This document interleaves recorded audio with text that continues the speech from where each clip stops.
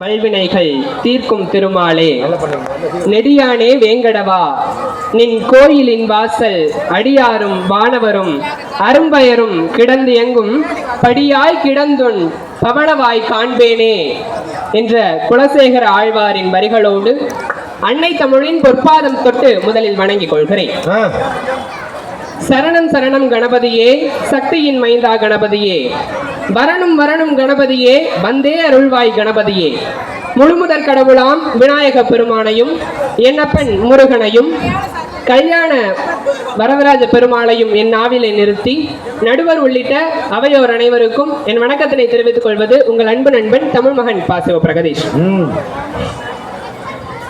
ரசிகர்கள் எல்லாரும் முத்து முத்தா இருக்காங்க. எப்படி ரசிகர்கள் எல்லாம் முத்து, அவங்கதான் நம்ம பட்டிமன்றத்துக்கு கிடைச்ச சொத்து. இப்படி எல்லாம் பேசுறானே, எங்க எக்ஸ்ட்ராவா பேமெண்ட் கேட்டுருவானு நினைக்காதீங்க நடுவர் அவர்களே, எனக்கு பேமெண்டே வேணாம். ஆமா, வர்ற வழியில ஒரு பெரிய ஹாஸ்பிட்டல் பார்த்தேன்.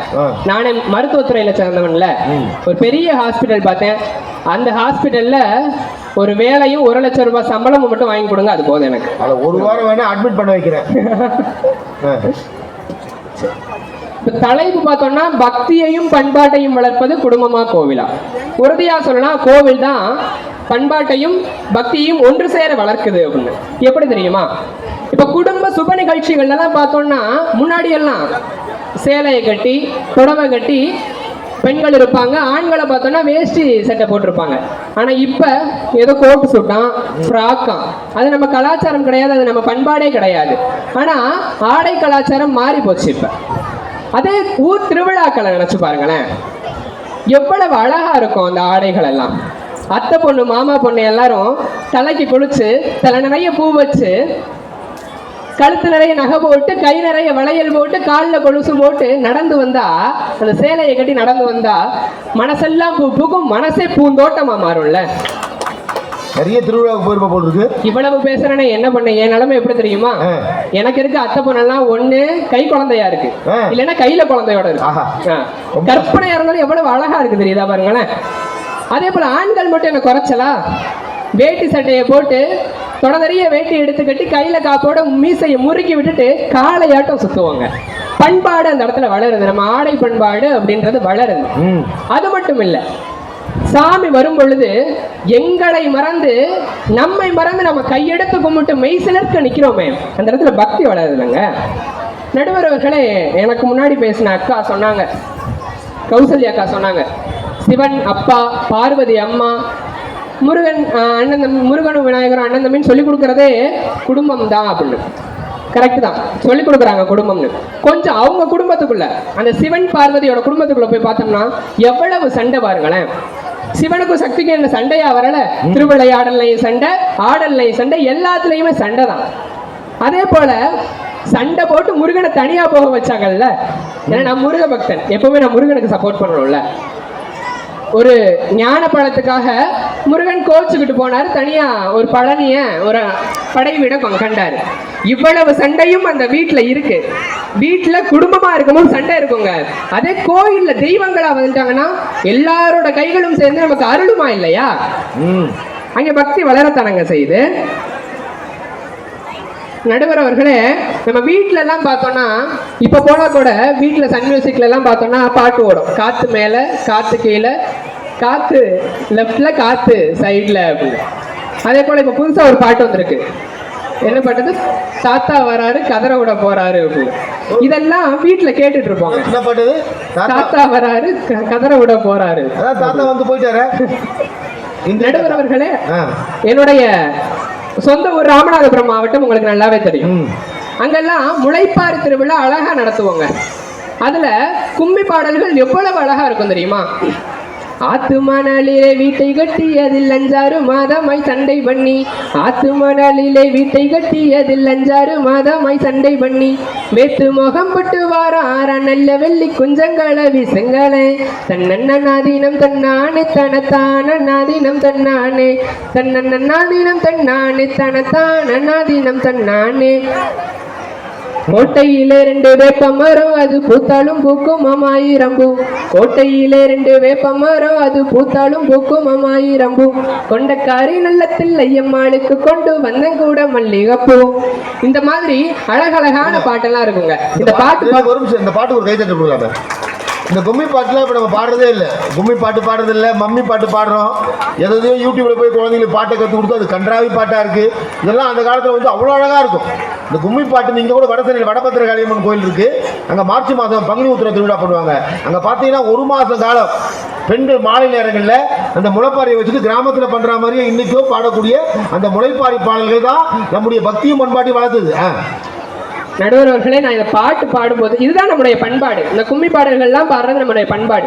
இந்த பாட்டு பாடும்போது எதிரணி பேச்சாளரை கையை தட்ட ஆரம்பிச்சாங்கன்னா அதுதாங்க நம்ம பண்பாடு. நம்ம கோயில்கள்லாம் அது வளர்க்குது. நம்ம வீடுகளில் சிலை வச்சு கும்பிடுறது 2 அங்குலத்துக்கு மேலே வைக்க முடியாது. அப்படி வச்சு கும்பிட்டோம்னு சொன்னால் வைக்கக்கூடாது அப்படின்னு சொல்லுவாங்க. ஏன் தெரியுமா?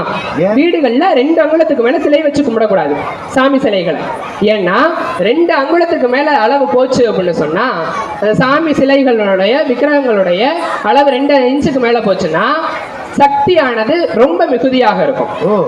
அந்த மாதிரி சக்தி அதிகமாக இருந்துச்சுன்னு சொன்னால் கண்டிப்பாக 6 கால பூஜைகளும் 3 வேளையும் நெய்வேத்தியம் நம்ம பண்ணியே ஆகணுங்க.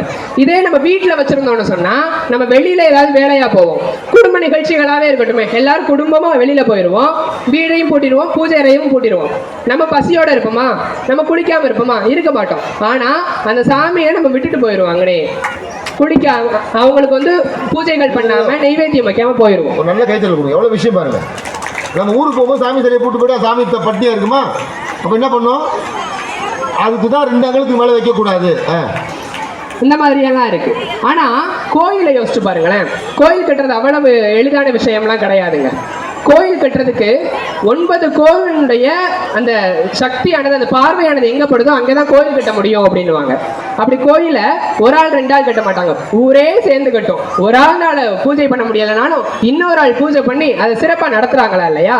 அப்ப வீட்டுல நம்ம குடும்பங்கள்ல முடியாத பூஜையை கூட, அந்த பக்தியை கூட நம்ம எங்க கண்டுகொள்ளலாம் அப்படின்னா கோயில்ல கண்டுகொள்ளலாம். அதான் உண்மை. நடுவர் அவர்களை ஈராக் அமெரிக்கா சண்டையை நிப்பாட்டிடலாம், ரஷ்யா உக்ரைன் சண்டையை நிப்பாட்டிடலாம், இந்தியா பாகிஸ்தான் சண்டையை நிப்பாட்டிடலாம். மாமியார் மருமக சண்டையை நம்ம நிப்பாட்ட முடியுமா? சொல்லுங்க பாப்போம். முடியவே முடியாது. ஒரு நாள் ஒரு மனைவி என்ன பண்ணியிருக்காங்க, காலையில் 5 மணிக்கு வேகமா கணவரை வேமாந்திரிங்கன்னு எழுப்பி விட்டு வாசலை கூட்டிட்டு போயிருக்காங்க. என்னன்னு பார்த்தா வாசல்ல பெரிய கோலத்தை பார்த்துட்டு கணவன் சந்தோஷப்படுறார். ஆஹா எவ்வளவு அழகா இருக்கு. என்னன்னு பார்த்தா அந்த கணவனுடைய அம்மாவுடைய முகத்தை அழகா வரைஞ்சிருக்காங்க கோலமா. கணவன் கேட்கிறாரு, ஏம்மா என்னோட அம்மா உன்னோட மாமியார் மேல இவ்வளவு பாசமா உனக்கு கோலமாவே போட்டிருக்கேன். ஆமா, பாசத்தை கண்டிங்க போங்க. என்னாலதான் மிதிக்க முடியல, ரோட்ல போறவங்க வரவங்களாச்சும் அந்த மிதிக்கட்டும் அப்படின்னு சொல்லி தான் போட்டு வச்சிருக்கேன். இதுதான் நம்முடைய பண்பாடா? குடும்பங்கள்ல பார்த்தோம்னா இப்படித்தாங்க இருக்கும். நம்ம சில பேர் கேட்போம், உங்க வீடு மதுரையா சிதம்பரமா? மதுரைன்னு சொன்னா பெண்களுடைய, அதாவது மனைவியினுடைய ஆட்சி இருக்கும், அதாவது மீனாட்சி பெண்களுடைய ஆட்சி இருக்கும். சிதம்பரம்னு சொன்னா நடராஜர் ஆட்சி, அதாவது கணவனுடைய ஆட்சி. இப்படி ஒரு கணவன்ட்டு கேட்குறாங்க. அவர் சொல்றாரு, திருநள்ளாருங்க எங்க வீடு. திருநள்ளாரா? அது என்ன? சனி பிடிச்சவங்க தானே போவாங்க திருநள்ளாருக்கு. அதாவது சனீஸ்வரனுடைய பார்வை சனி பயிற்சி வந்திருக்கு அப்படின்னா எல்லாரும் திருநள்ளாருக்கு போவாங்க. ஏன்னு கேட்டா எங்க அம்மாவுக்கும் என் பொண்டாட்டிக்கும் சண்டை வந்துட்டே இருக்கு, எங்க என்னால் நிம்மதியா இருக்க முடியுது. ஒருத்தனை கேட்டாங்களா, சார் உங்க வீட்டுல உங்க பொண்டாட்டிக்கும் உங்க அம்மாவுக்கும் சண்டை வந்தா நீங்க யார் பக்கம் அப்படின்னாங்களா? அவன் சொன்னாலும் நான் வெளி பக்கம் சார். நமக்கு எதுக்கு வம்பு? சண்டை முடிஞ்சு வர்ற வரைக்கும் வெளியே பக்கம் போயிட்டு வேண்டாம். ஆமா, வீட்டுல பையனை பார்த்து கேட்டிருக்காருப்பா, உங்க வீட்டுல உங்க அம்மா கை ஓங்குமா இல்லை உங்கள் அப்பா கை ஓங்குமா அப்படின்னு கேட்டிருக்கான். உடனே அந்த பையன் சொல்லியிருக்கான், எங்கள் அம்மா கை ஓங்கும், எங்கள் அப்பா கண்ணை வீங்கும். அப்போ அந்த குடும்பம் எந்த நிலைமையில் இருக்குது அப்படிங்கிறது தான் நம்ம சிவபிரதிநிதி சொல்கிறாரு. எவ்வளவுதான் சண்டை வந்தாலும் சரி, குடும்பங்களில் சண்டை வந்தாலும் சரி, கோயிலில் வந்து எல்லாரும் ஒத்துமையாக இருக்குமா இல்லையா? அதுதாங்க நம்ம பண்பாடு. அது கோயில் தானங்க வளர்க்குது. நம்ம வீடு கட்டும்போது குடும்பமே உட்காந்து என்னென்ன மாடல்லாம் நம்ம வீடு கட்டலாம்னு யோசிப்போம். இப்ப புதுசா கப்பல் மாதிரி கட்டலாமா, குகை மாதிரி கட்டலாமான்லாம் பேசுறாங்க. குகை மாதிரி கட்டலாமா? அதுல விலங்கு தானங்க இருக்கும். எனக்கு ஒரு டவுட் வந்துருச்சு. அதான். ஆனா கோயில் கட்டும்போது எவ்வளவு பண்பாடு, அந்த கலை நயங்களோட கட்டுறாங்க. அந்த கட்டிடக்கலை எல்லாமே சேர்ந்ததாங்க நம்ம பண்பாடு. கோயில் தான் வளர்க்குது. உண்மையான காசியில இறந்தா புண்ணியம், முக்தி. திருவாரூர்ல பிறந்தா முக்தி, சிதம்பரத்தை தரிசனம் பண்ணா முக்தி, திருவண்ணாமலை அண்ணாமலையார நினைச்சாலே முக்தி. இப்படி ஊர்களையும் அந்த கோயில்களையும் அந்த தெய்வங்களுடைய சக்தியையும் பத்தி நம்ம பெருமையா பேசுறோம். எங்க கொஞ்சம் யோசிச்சு பார்ப்போமே. பெரியப்பா வீட்டை நினைச்சா சோறு போடுவார், சித்தப்பா வீட்டுக்கு போனா சோறு போடுவார், அத்தை வீட்டுல இருந்தோம்னா சோறு போடுவாங்க. அப்புறம் சொல்ல முடியுமா? கண்டிப்பா போட மாட்டாங்க. நம்ம கையில காசு இல்லைன்னா ஒரு பையனும் நமக்கு சோறு போட மாட்டான். அதான் இப்ப நிதர்சனமான உண்மையாக இருக்கிறது. நடுவர் அவர்களே,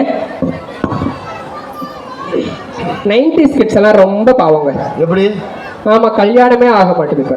90s கிட்ஸ் எல்லாம் ரொம்ப பாவம் தெரியுமா? நாங்க அனுபவிச்ச சந்தோஷம் நீங்க ஜென்மத்துக்கு அனுபவிக்க முடியாது.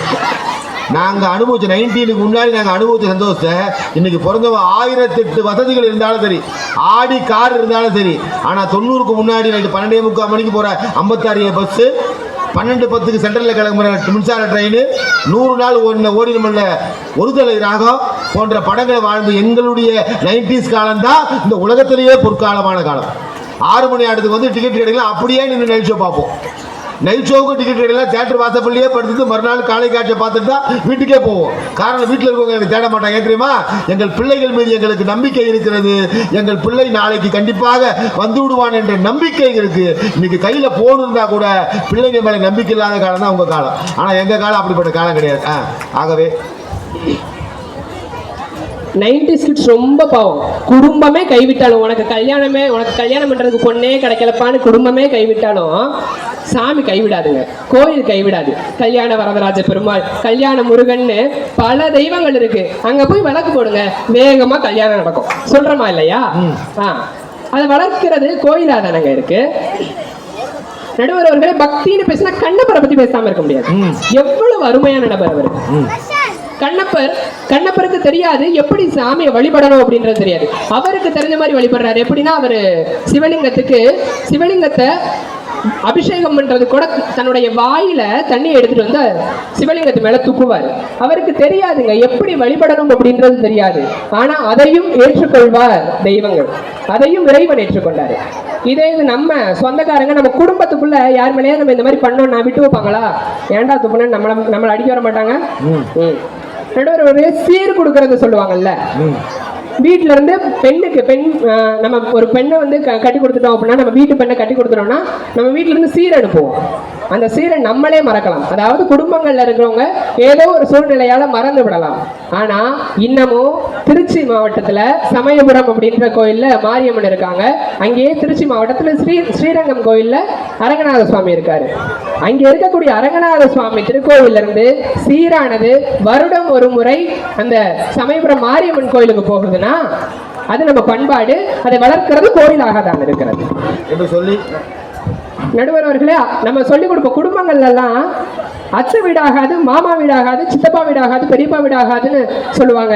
ஆனா கோயில்கள் எதை தெரியுமா சொல்லும்? ஹரியும் சிவனும் ஒண்ணு அப்படின்றத சொல்லிக் கொடுக்கும் என்று சொல்லி பண்பாட்டையும் பக்தியையும் வளர்ப்பது கோவிலே கோவிலே கோவிலே என்று சொல்லி நல்லதொரு வாய்ப்புக்கும் வாய்மொழி கேட்டமைக்கும் நன்றி பாராட்டி விடைபெறுவது உங்கள் அன்பு நண்பன் தமிழ் மகன் பாசிவ பிரகதீஷ். நன்றி, வணக்கம்.